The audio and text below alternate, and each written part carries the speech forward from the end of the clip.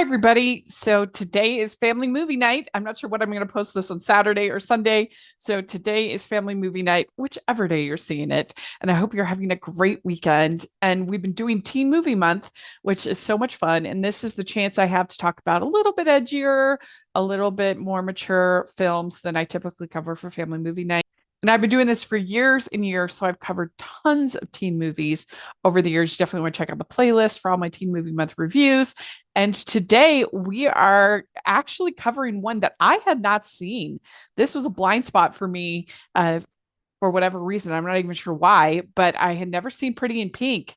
And that's kind of crazy because, of course, this was penned by John Hughes, who did so many incredible teen films during those years. And I'm a big fan of pretty much everybody in the cast. I don't know why I hadn't seen it, but I finally saw it. And I'm so glad that I did. I finally saw it, and I'm so glad I did because I think this is an excellent movie for teens and about teen friendship and the relationship that we have with our parents and trying that coming of age experience, I think, is all there. So I don't think this is as strong as Say Anything, but I could definitely see how maybe with Say Anything that Cameron Crowe and the other people involved were inspired or impressed with Pretty in Pink, because I think they have a very similar like tone and feel to them. And so if you like Pretty in Pink, then you'll probably like Say Anything. If you like Say Anything, you'll probably like Pretty in Pink.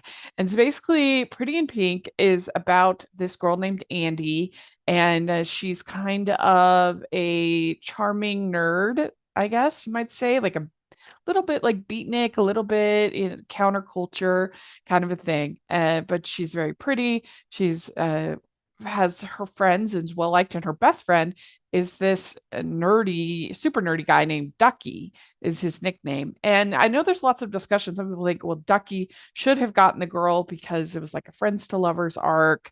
And I could see it going that way, but I never really felt that kind of like tension, sexual tension, chemistry between Andy and Ducky. I think it's more of like a friend story, and I kind of like that it's a friends to friends story, not a friends to lovers story. So there's this guy named Blaine, played by Andrew McCarthy, and I swear, Andrew McCarthy, I think his whole role in anything is to be the like entitled rich guy. Sometimes he's like a nice entitled rich guy, and other times he's like a not nice. Like ever somewhere, even when he was a teen, it was like rich guy. It's really funny, and that's the case here. And Ducky is initially threatened by him, obviously, because he sees that chemistry, but also just, but also kind of judging of him, that he thinks he's one of the superficial because he is like this rich guy, this rich teen. It kind of groups him together with this guy named Steph, who is played by James Spader, who's definitely more of like the cool cat. I mean, none of these people behave like actual high school students. So if you're wanting like authenticity and like rawness, that's not what this is. And I think that actually the movie could be a little bit more fun. I mean, it really like leans in to this drama and relationship drama, and it feels like something more for college students. It feels like the kind of maybe contention and drama and back and forth and the relationship and everything it feels almost more like a college student, or instead of high school students, or something like Some Kind of Wonderful, which also written by John Hughes. I think that feels more sort of steeped in teenage years. Even I think Breakfast Club feels more teenage to me than this does. The conflict feels pretty soapy, I think, for high school, but it's still fun, like the back and forth, and who's she going to be with, who's going to take her to prom, and is Ducky going to take her to prom? Things are going to work out with Ducky. There's the conflict with her and her dad. Her dad is played by Harry Dean Stanton, and it feels believable that that's her dad, and her dad's not being honest with her. And that's where the biggest parts of like the Say Anything comparison can be made, because in Say Anything, the dad is also not honest with his daughter, and she kind of comes to that realization of like, oh my gosh, my dad is not the person that I thought that he was. He's not perfect, and I have to accept that and forgive that. And that's kind of a similar arc that you have going on here with Andy and her dad. One of the ideas is that she is kind of struggling with the idea of who she wants to be with, but also like what kind of person does she want to be? What kind of girl does she want to be? She decides to take the prom dress of her boss, Iona, played by Annie Potts. She takes this dress and she tries to reconfigure it so that it's something new and fresh in her own design. And that's a fun idea in theory, but I would say this dress is absolutely hideous. I guess in one way it does feel like believable that a high school student could design this dress because it's so hideous. It looks like it doesn't fit her well. It's not attractive. I it's not even like big and poofy like you would get maybe in the 80s. It's just ugly. I hate that dress. I mean, she's a beautiful girl, of course, and pretty in pink. Yeah, of course she's very pretty. But oh, this dress, it's just not it. That's for sure.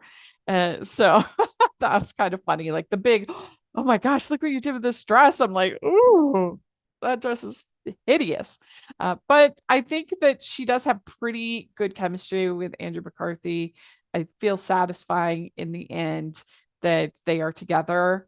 And it's overall a pretty engaging high school soap opera is what I kind of feel about it, and has some good dialogue. And John Hughes was so good at writing dialogue and writing dialogue for teenage characters. So even if like the situation feels a little melodramatic to me, that people would be having like this kind of relationship drama in high school.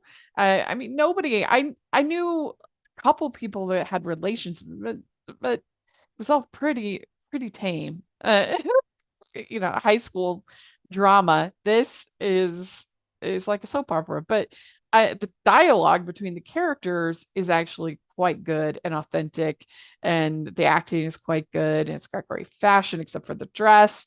And Ducky's looks are very, very iconic, and so I can see why this is a favorite of a lot of people from the 80s, why they have nostalgia for it if you grew up during that time. And it was fun to check it off my list and finally see it. So let me know what you think about Pretty in Pink. Where does it fall for you in the John Hughes projects? Of course, like Home Alone is my favorite as far as what he was writing, but this one is like pretty in the higher portion. But I would put this above Breakfast Club. I would definitely put Some Kind of Wonderful above this. So there's that. And 16 Candles, I think this is better than 16 Candles. 16 Candles, there's a lot of the humor doesn't really hold up that well in 16 Candles, but I think that it's still like a decent movie. But I think this is better as far as the overall script and story. And as far as the overall script, I think this one is better. So let me know what you think of Pretty in Pink. I would love to hear your thoughts. Please like this video. Please subscribe to the channel. I'd really appreciate that. And make sure to check out my playlist with all of my Teen Movie Month reviews and all my Family Movie Night reviews. I would sure appreciate. And check out the Patreon group. That's the biggest way you can support everything that I'm doing.